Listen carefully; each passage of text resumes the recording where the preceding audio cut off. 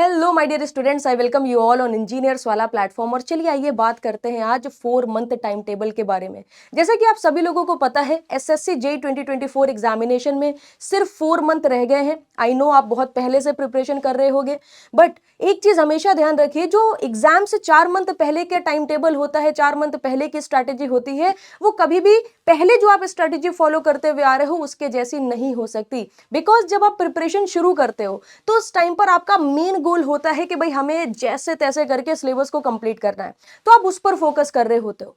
जबकि जब एग्जाम के 4 महीने पहले आपके पास 100 दिन, 120 दिन, 150 दिन जब बचे होते हैं, तो वहां पर सिर्फ सिलेबस कंप्लीशन काम नहीं करता है। सिलेक्शन में सिलेबस भी कंप्लीट करना है, आपको प्रैक्टिस भी करनी है, आपको रिवीजन भी करना है, आपको टेस्ट देख के परफॉर्मेंस भी इंप्रूव करनी है। तो ये सारी चीजें आपकी लास्ट में जुड़ने लगती हैं। इस वजह से प्रीवियस के कंपैरिजन में आज का जो आपका टाइम टेबल होना चाहिए, आज का जो आपका शेड्यूल होना चाहिए, वो नो डाउट डिफरेंट होना चाहिए, परफेक्ट होना चाहिए, ताकि आप बेस्ट आउटपुट निकाल पाओ। तो सबसे पहले मैं बात करती हूं कि आज के प्रेजेंट टाइम पर जो बच्चे प्रिपरेशन कर रहे हैं 2024 की, वो कितनी तरह के हैं। तो आपको पता चलेगा कि भाई एक कैटेगरी ऐसी है जो रिपीटर्स की है। ठीक है, रिपीटर्स की कैटेगरी बेटा क्या होती है? ये वो बच्चे हैं जो एसएससी जेईई 2023 भी दे चुके हैं। ये वो बच्चे हैं जिनका 80-90% सिलेबस कंप्लीट है। 100% की मैं बात नहीं करूंगी क्योंकि कुछ ना कुछ रह ही जाता है, बट ये वो स्टूडेंट है जो 80-90% सिलेबस कंप्लीट कर चुके हैं। 10-20-30% जो इनका सिलेबस बचा है वो प्रेजेंट टाइम पे कंप्लीट कर रहे हैं। इनका क्या 4 मंथ का टाइम टेबल होना चाहिए, इसके बारे में डिस्कशन करेंगे। फिर दूसरी कैटेगरी आती है जिसको हम बोलते हैं परफॉर्मर्स। परफॉर्मर वो स्टूडेंट है जो फर्स्ट टाइम एसएससी जेईई 2024 देने जा रहे हैं, मगर बहुत पहले ही सीरियस हो चुके हैं। 3-4-5 महीने से लगातार जम के प्रिपरेशन कर रहे हैं। 50-60% सिलेबस भी कंप्लीट कर चुके हैं। 30-40% सिलेबस खाली बचा है। उनका क्या 4 मंथ का टाइम टेबल होना चाहिए, इसके बारे में हम लोग डिस्कशन करने वाले हैं। तो रिपीटर्स को भी कवर करेंगे और परफॉर्मर को भी बेसिकली कवर करेंगे। इसी के साथ साथ कुछ बहुत ही एक्स्ट्राऑर्डिनरी स्टूडेंट्स होते हैं, महारथी होते हैं, जो स्टार्टिंग में भी नहीं जागे हैं, पहले भी नहीं जागे हैं, बट जैसे ही माहौल सेट होता है यूट्यूब प्लेटफॉर्म पर कि भाई नोटिफिकेशन आ रहा है, 1100 वैकेंसीज आ गई, 1200 वैकेंसीज आ गई, सिविल, मैकेनिकल, इलेक्ट्रिकल, तब वो स्टूडेंट एक्टिव होते हैं जब माहौल सजता है। और 3-4-5 महीने उस समय पर बचे होते हैं और उनको प्रिपरेशन करनी है, सिलेक्शन भी लेना है। तो उनको भी आज हम कवर करने वाले हैं। उनको हम बोलते हैं बिगिनर, जिन्होंने बिल्कुल भी प्रिपरेशन नहीं करी है, 4 महीने बचे हैं, उनको क्या टाइम टेबल फॉलो करना चाहिए, इसके बारे में भी अपन लोग डिस्कशन करने वाले हैं। ठीक है, तो रिपीटर्स भी कवर होंगे, परफॉर्मर भी कवर होंगे और बिगिनर्स भी हम लोग यहाँ पर कवर करने वाले हैं। बट उससे पहले बात कर लेते हैं कि अभी एसएससी जेईई 2024 एग्जामिनेशन के लिए हमारे पास ऑन एन एवरेज कितना टाइम है और क्या क्या सब्जेक्ट हमारे यहाँ पर होने वाले हैं। ठीक है, तो अगर आप देखोगे तो अप्रोक्सीमेटली 4 महीना है आपके पास। अगर आप 4 महीनों को देखोगे तो 120 दिन है। ठीक है, 120 दिन है ऑन एन एवरेज, जिसमें आपको 12 टेक्निकल सब्जेक्ट्स कवर करने होते हैं। ऑन एन एवरेज बात कर रही हूं। इलेक्ट्रिकल में करोगे तो नंबर ऑफ सब्जेक्ट्स कम हो जाएंगे, सिविल इंजीनियरिंग की बात करोगे तो सब्जेक्ट 1-2 बढ़ जाएगा, और मैकेनिकल में ऑन एन एवरेज 11 से 12 सब्जेक्ट आपको देखने को मिल जाएंगे। इसी के साथ नॉन टेक्निकल में रीजनिंग एंड जीके जीएस भी आपको कवर करना पड़ता है। अच्छा, रीजनिंग और जीके जीएस अगर आप तीनों ही ने अभी तक कुछ नहीं पढ़ा है, कुछ नहीं किया है, तब भी मैं बता दूं कि रीजनिंग का सिलेबस बेटा ऐसा है, ये जो रीजनिंग है इसका सिलेबस ऐसा है कि 4 मंथ में आप आराम से कवर कर सकते हो। अगर बिल्कुल भी नहीं पढ़ा है ना, तो 4 मंथ में आप आराम से कवर कर सकते हो। 1.5 आवर डेली पढ़ो, 1 घंटा 30 मिनट डेली आप पढ़ो, आराम से आप कवर कर लोगे। इसी के साथ साथ जीके एंड जीएस की अगर हम बात करें तो इसका भी सिलेबस बेटा 4 मंथ से ज्यादा का नहीं है। मैं ये सारी चीजें, क्वेश्चन प्रैक्टिस वगैरह सब मिला के बता रही हूं। अगर आप 1 आवर भी डेली पढ़ोगे तो 4 महीने में आप जीके जीएस का भी सिलेबस आसानी से कवर कर सकते हो। ठीक है, आगे बात करते हैं कि क्या टाइम टेबल इस प्रेजेंट टाइम पर हमें फॉलो करना चाहिए। पहले टाइम के पर्सपेक्टिव से बात कर लेते हैं। तो ये जो टाइम है बहुत क्रूशियल टाइम है। 4 महीने डेफिनेटली आपकी लाइफ चेंजिंग समय होने वाला है, लाइफ चेंजिंग मंथ्स होने वाले हैं। तो यहाँ पर आपको 24 आवर शेड्यूलिंग करनी चाहिए। 24 आवर शेड्यूलिंग, कई बार स्टूडेंट समझते हैं कि मैम क्या हमें 24 घंटा पढ़ाई करना है? नहीं, 24 आवर शेड्यूलिंग का मतलब होता है कि आपको सिर्फ पढ़ना है, खाना है, सोना है, बस छोटे मोटे बीच में पढ़ाई में ब्रेक लेते रहना है ताकि आप एक्टिव रहो, क्योंकि 10-12 घंटा एक साथ कोई नहीं पढ़ सकता। 2 घंटे पढ़ा, ब्रेक लिया, फिर पढ़ा, फिर ब्रेक लिया। इस तरीके से प्रॉपर स्लॉट्स बनाओ। स्लॉट्स बनाने के साथ बीच बीच में ब्रेक्स ऐड करो। उसके अलावा आपको कुछ नहीं करना है। ये नहीं करना है कि मन हो गया तो 4 दिन के लिए पहाड़ों पर चले गए, और जब पहाड़ों पर चले गए तो छुट्टियों में खो गए वहां पर। ये सारी छुट्टियां आप नहीं ले सकते। आप शादियां अटेंड नहीं कर सकते, बर्थडे पार्टियां अटेंड नहीं कर सकते, दोस्तों के साथ वेकेशंस पर नहीं जा सकते, आप फेस्टिवल सेलिब्रेट नहीं कर सकते। ये सारी चीजें आपको अवॉइड करनी है, और इसी शेड्यूलिंग को हम बोलते हैं 24 आवर शेड्यूलिंग, कि खाएंगे, सोएंगे और पढ़ाई करेंगे, दैट्स इट। इसके अलावा 4 महीने लाइफ में कुछ भी नहीं होने वाला। और ये जो 24 आवर शेड्यूलिंग में चीजें हमें ऐड करनी है, देखो सिलेबस कंप्लीशन तो हमारा रहेगा, इसी के साथ रिवीजन बहुत इंपॉर्टेंट है, प्रैक्टिस बहुत इंपॉर्टेंट है, और टेस्ट बहुत इंपॉर्टेंट है। किसी भी बच्चे की सफलता में सिर्फ सिलेबस कंप्लीशन एक इंपॉर्टेंट रोल प्ले नहीं करता है। इसका सिर्फ 30% पोर्शन है। सिर्फ 30% कंट्रीब्यूशन सिलेबस कंप्लीशन का होता है। 70% कंट्रीब्यूशन आपने कितना उस चीज को रिवाइज करा है, कितना आप उस चीज को सस्टेन करा पाए हो अपने ब्रेन में, फिर कितना आपने उस चीज के ऊपर प्रैक्टिस करा है, मतलब क्वेश्चन से आप कितने फेमिलियर हो, कितना बेहतरीन आप क्वेश्चंस को सॉल्व कर पाते हो, समझ पाते हो, और कितना आपने अपने आप को टेस्ट दे दे के इंप्रूव करा है, अपने वीक पार्ट को इंप्रूव करा है और स्ट्रॉन्ग पार्ट को और स्ट्रॉन्ग बनाया है। तो ये चीजें बहुत ज्यादा इंपॉर्टेंट हो जाती हैं। ठीक है, अब हम आगे बात करते हैं कि क्या स्लॉट्स होने चाहिए। अगर मैं इस प्रेजेंट टाइम पर बात करूं तो मेक स्लॉट ऑफ 2.5 आवर। आप 2.5 घंटे के स्लॉट बनाओ। अभी वो 1 घंटा 30 मिनट 40 मिनट के स्लॉट्स काम नहीं करेंगे। 2.5 घंटा कॉन्सेंट्रेशन के साथ पढ़ो। मोबाइल वगैरह सब आप साइलेंट कर दो। अगर मोबाइल पर ही पढ़ते हो तो कोशिश करो ऐसा कुछ सिस्टम बनाओ कि उस पर कॉल वॉल ना आए, मैसेज वैसेज ना आए। अगर आ रहे हैं तो डिलीट कर दो एप्लीकेशंस को। ठीक है, 24/7 शेड्यूलिंग में आपको यहां पर क्या करना है, 2.5 आवर का स्लॉट बनाना है, और मिनिमम आपको 4 स्लॉट यहां पर बनाने ही बनाने, मतलब on an average daily basis पर आपको 10 घंटा पढ़ाई करनी पड़ेगी। लास्ट के 4 महीने बहुत क्रूशियल। और 4 स्लॉट तो कंपलसरी है। 5th स्लॉट किस पर डिपेंड करेगा, डिपेंड ऑन योर एनर्जी। आप 4 स्लॉट को कंप्लीट करने के बाद कितना एक्टिव हो। ठीक है, आपका अगर और पढ़ाई का मन कर रहा है 1 स्लॉट और लगा लो, पढ़ाई का मन नहीं कर रहा है सो जाओ। 10 घंटे 4 स्लॉट आपने कंप्लीट कर लिए, कोई दिक्कत वाली बात नहीं है। On an average 4 slot daily basis पर आपको कंप्लीट करने ही करने। इसी के साथ साथ एक चीज हमेशा ध्यान रखो कि आप 2.5 आवर लगातार पढ़ाई नहीं कर सकते। तो आपको अपने दिन को 2 पार्ट में डिवाइड कर लेना है। 2 स्लॉट आपको आफ्टरनून तक कंप्लीट करने हैं, 2 स्लॉट आपको इवनिंग में कंप्लीट करने हैं। सपोज कर लो 1 स्लॉट आपने सुबह से बनाया, 8 बजे बैठे, 9, 10, 10:30 बजे तक, 10:30 से 11 फिर आप 30 मिनट का ब्रेक ले लो। फिर दूसरा स्लॉट आपका 11 बजे लगेगा। 11 से क्या करा आपने, 12, 12 से 1, 1 से 1:30, मतलब 11 से लेकर 1:30 बजे तक आपने एक और स्लॉट कंप्लीट कर लिया। फिर लंच टाइम हो जाएगा।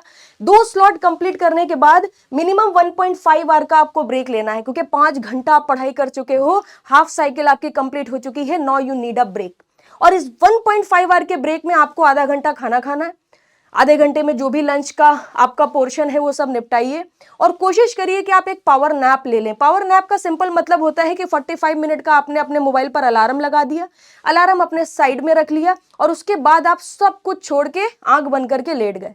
पावर नैप में ये नहीं होता है कि आप बहुत गहरी नींद लेके उठोगे। आप 45 मिनट में नींद तक पहुंचोगे ही, अलार्म बज जाएगा, वापस से आपको उठ जाना है, एक कोई ब्लैक कॉफी वगैरह पी लेनी है या आपको मुंह धो लेना है, आप फ्रेश हो जाओगे, फिर आप 2 स्लॉट और कंप्लीट करने के लिए रेडी हो। ठीक है, फिर आप 2.5 आवर का एक स्लॉट कंप्लीट करो, 30 मिनट का ब्रेक लो, इवनिंग टाइम हो जाएगा, स्नैक्स वगैरह खाओ, फ्रेश हो। ठीक है, और फिर एक और 2.5 आवर का आपको यहां पर स्लॉट कंप्लीट करना है। इस तरीके से मिनिमम 4 स्लॉट आपको करने ही करने हैं। ये स्लॉट जब आपके कंप्लीट हो जाए, फिर आपके पास अगर और टाइम बच रहा है तो नो डाउट एक स्लॉट आप और लगा सकते हो। इसी को ही हम 24 आवर शेड्यूलिंग कहते हैं। बट बिना ब्रेक के स्लॉट्स को मत लगाइएगा, स्लॉट्स में ब्रेक बहुत इंपॉर्टेंट है। ठीक है, इसी के साथ साथ यही प्रोसेस को आपको डेली बेसिस पर क्या करना है, रिपीट करते रहना है। Now let's talk about repeaters strategy. Repeater की क्या स्ट्रैटेजी होनी चाहिए, सबसे पहले रिपीटर्स के बारे में डिस्कस करते हैं।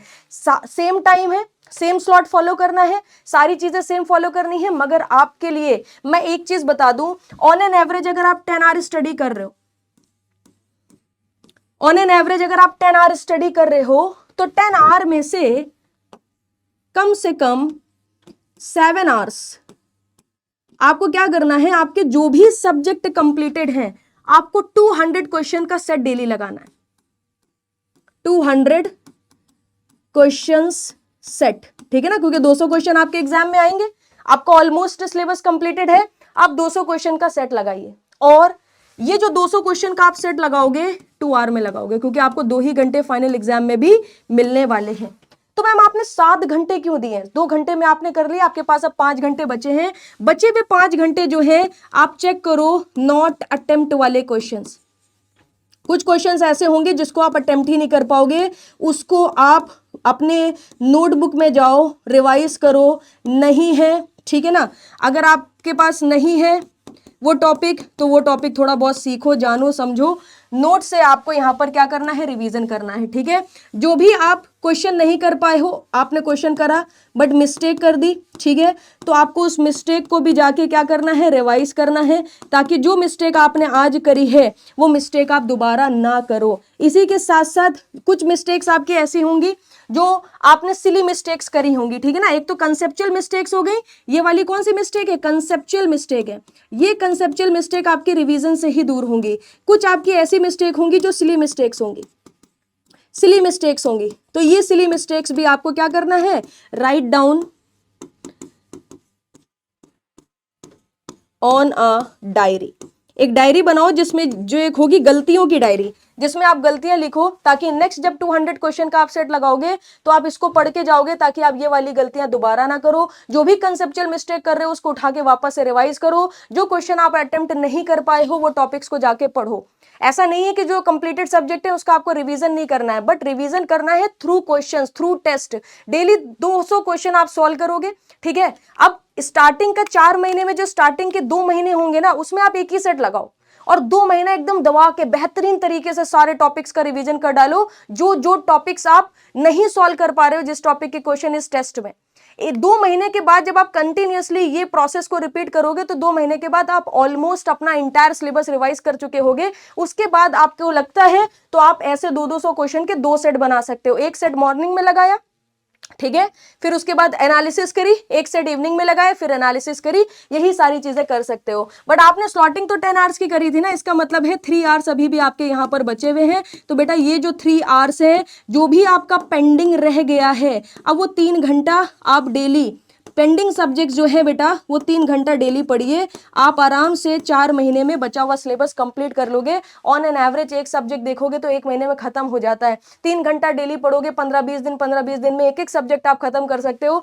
इवन 4-5 सब्जेक्ट भी आपके रह गए होंगे ना, स्टिल आप 3 आवर पढ़ के पेंडिंग सब्जेक्ट्स कवर कर सकते हो। बट आप रिपीटर हो, आपका जो मेजॉरिटी ऑफ टाइम है वो सिर्फ और सिर्फ रिवीजन में, टेस्ट में और क्वेश्चन प्रैक्टिस में जाना चाहिए। जब आप 200 क्वेश्चन प्रैक्टिस कर रहे हो तो ये प्रैक्टिस हो गई, इसको 2 घंटे में कर रहे हो तो यही टेस्ट हो गया, और उसको करने के बाद आप इसी पर 5 घंटा एनालिसिस कर रहे हो, इसी के टॉपिक्स को रिवाइज कर रहे हो, अपनी गलतियों को आइडेंटिफाई करके इंप्रूव कर रहे हो, तो वो टेस्ट एनालिसिस हो गई। इस शेड्यूल को अगर आप फॉलो करोगे 4 महीने में एकदम स्टेनलेस स्टील की तरह चमकने लगोगे, ठीक है। इतनी ज्यादा चमक आ जाएगी आपके कंसेप्ट्स में, आपका कंसेप्चुअल जो नॉलेज है वो नेक्स्ट लेवल पर जा चुका होगा, और क्वेश्चन की प्रैक्टिस भी आप जबरदस्त कर चुके होगे, ठीक है। तो आप 4 मंथ इसको बढ़िया तरीके से फॉलो करो। Now let's talk about the performer.